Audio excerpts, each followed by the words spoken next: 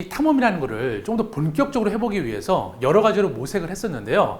근데 제가 이 탐험가를 하기 전에는 여러분들이 학창 시절에 즐겨 보셨던 과학동화라는 잡지에서 기자 생활을 했었습니다. 근데 기자 생활을 하다 보니까 이런 조금 한계점을 느꼈습니다.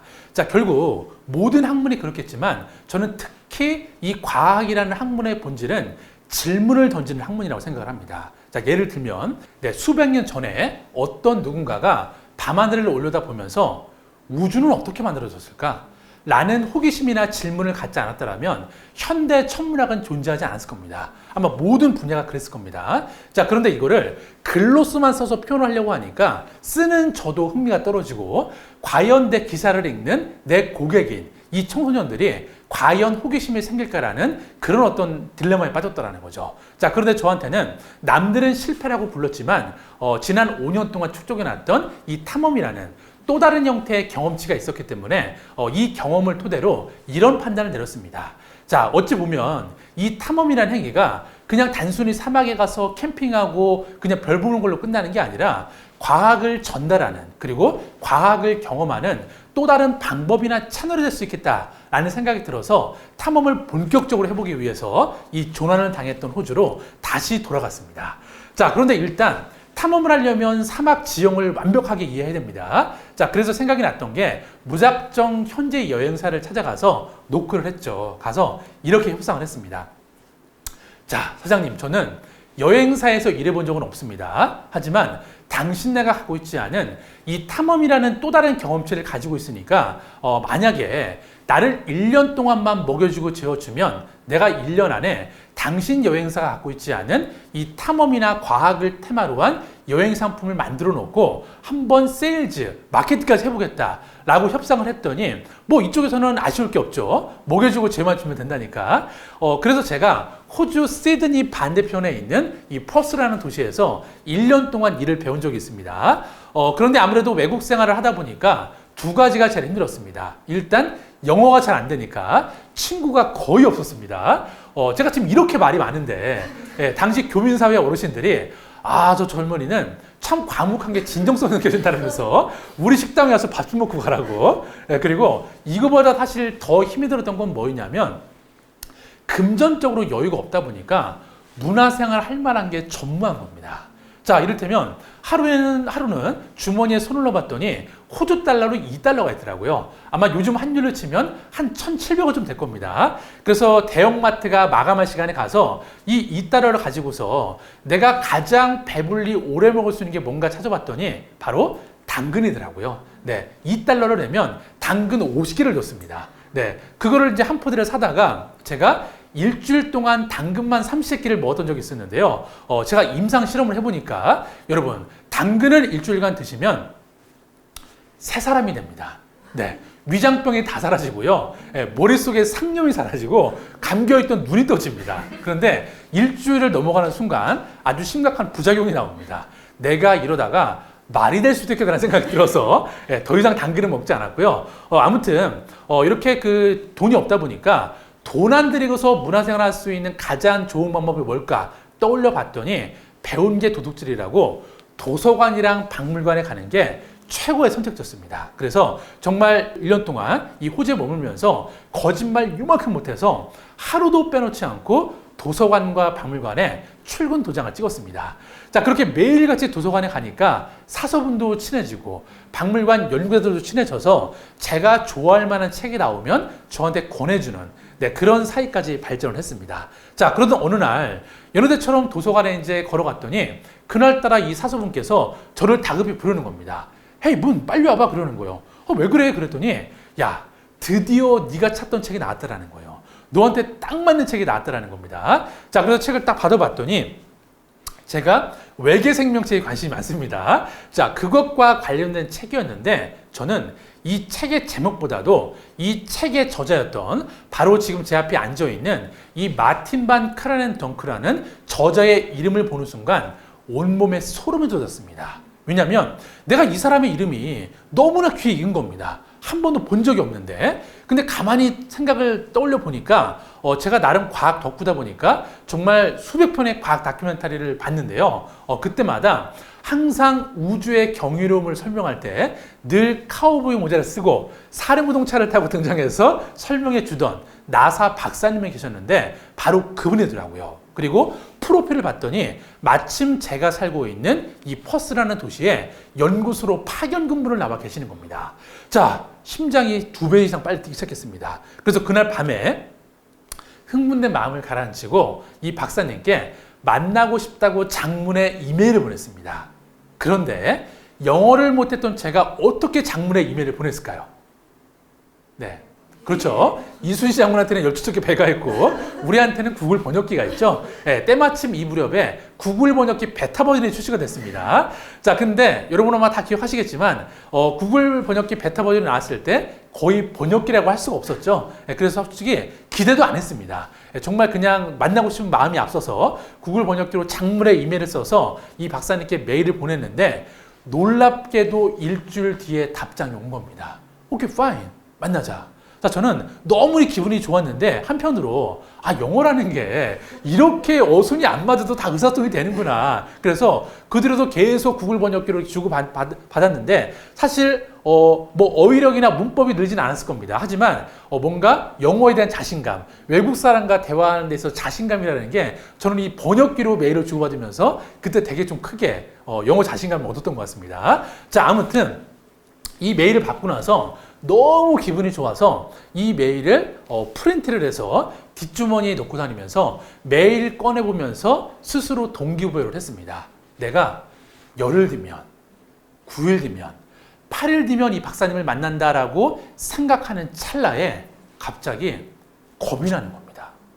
이 겁의 실체는 뭐였냐면, 아니 이렇게 세계적인 과학자가 나 같은 듣보잡한테, 나는 과학자도 아니고 그냥 전직 기자고 지금은 그냥 여행사 가방 들고 다니는 조수인데 나처럼 평범한 사람한테 1시간이라는 귀한 시간을 내줬는데 만약 내가 약속 당일날 외국인이기 때문에 길을 헤매거나 잘못 들어서 늦게 도착을 하게 되면 이 박사님의 귀한 시간도 뺏는 거고 내가 이 사람을 만나서 얻을 수 있는 이 소중한 영감의 기회도 사라지는 게 아닌가라는 생각을 드니까 정말 겁이 덜컥 나더라고요.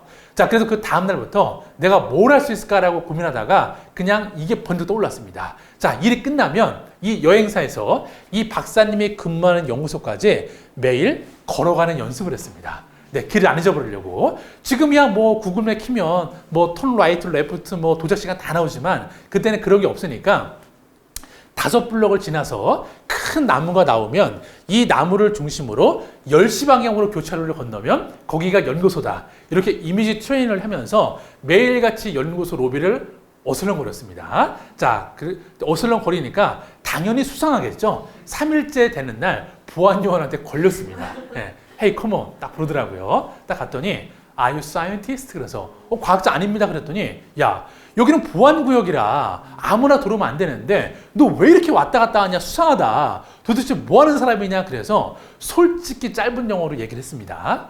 사실 내가 일주일 뒤에 이 마틴 박사를 만날 건데 외국 사람이라 길을 잘 모른다. 그래서 지금 혼자 걷기 훈련 중이다 라고 했더니 그러냐고 더 열심히 하라고. 예. 아니 배우겠다라는데 훈련하겠다라는데 이거 막을 사람 지구상에 아무도 없습니다. 오히려 안 하겠다고 버티니까 외부의 압력이 들어오는 거지 정말 인류가 출현한 이래 요즘처럼 내가 하겠다라는 의지만 있으면 정말 도움을 받을 수 있는 리소스들이 얼마나 많이 있습니까? 예, 아마 여러분 기업 회사에 있는 이런 뭐 인재팀이나 교육팀도 마찬가지일 겁니다.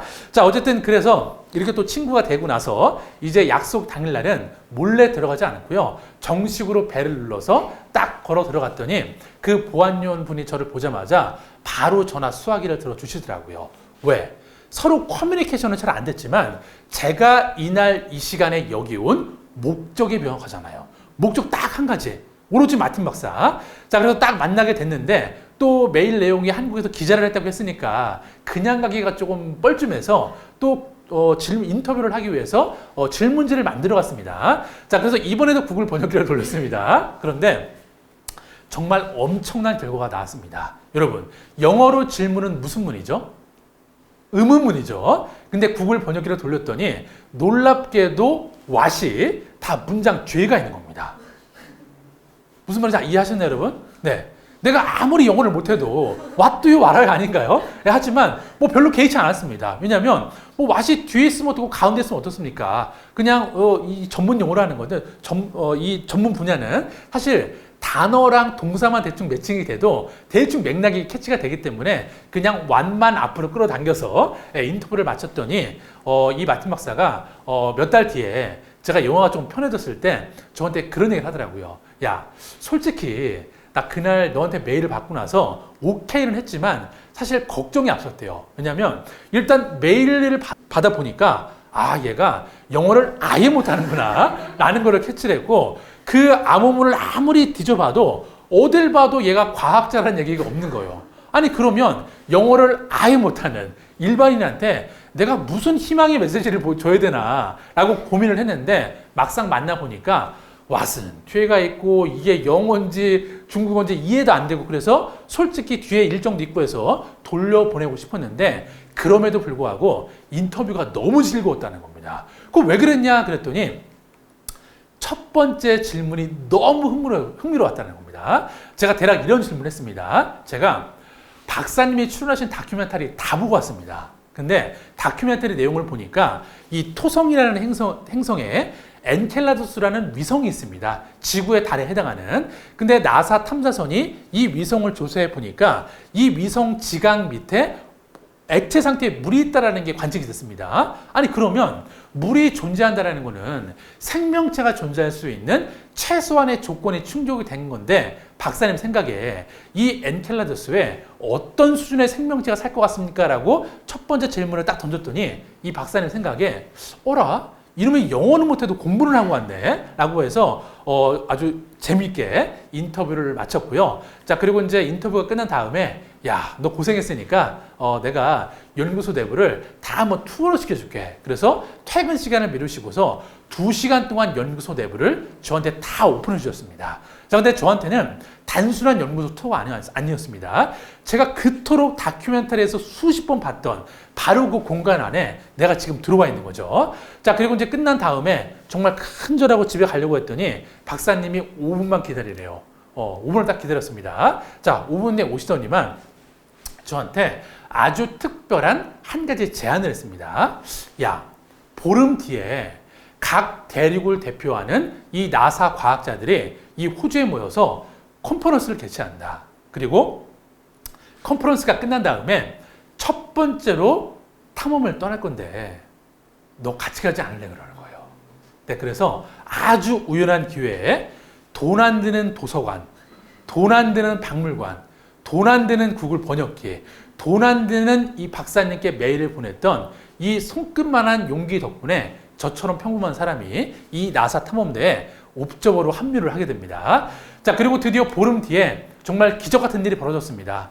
정말 BBC 다큐에서나 보던 이 슈퍼스타 과학자 23명과 제가 호주 사막 한가운데서 이렇게 단체 사진을 찍을 줄 누가 알았겠습니까? 네, 이때 마음을 굳이 표현하자면 아마 BTS를 만난 아미들의 마음과 제 마음이 똑같았을 겁니다. 저한테는 이 과학자들이 BTS 같은 우상이라는 거죠.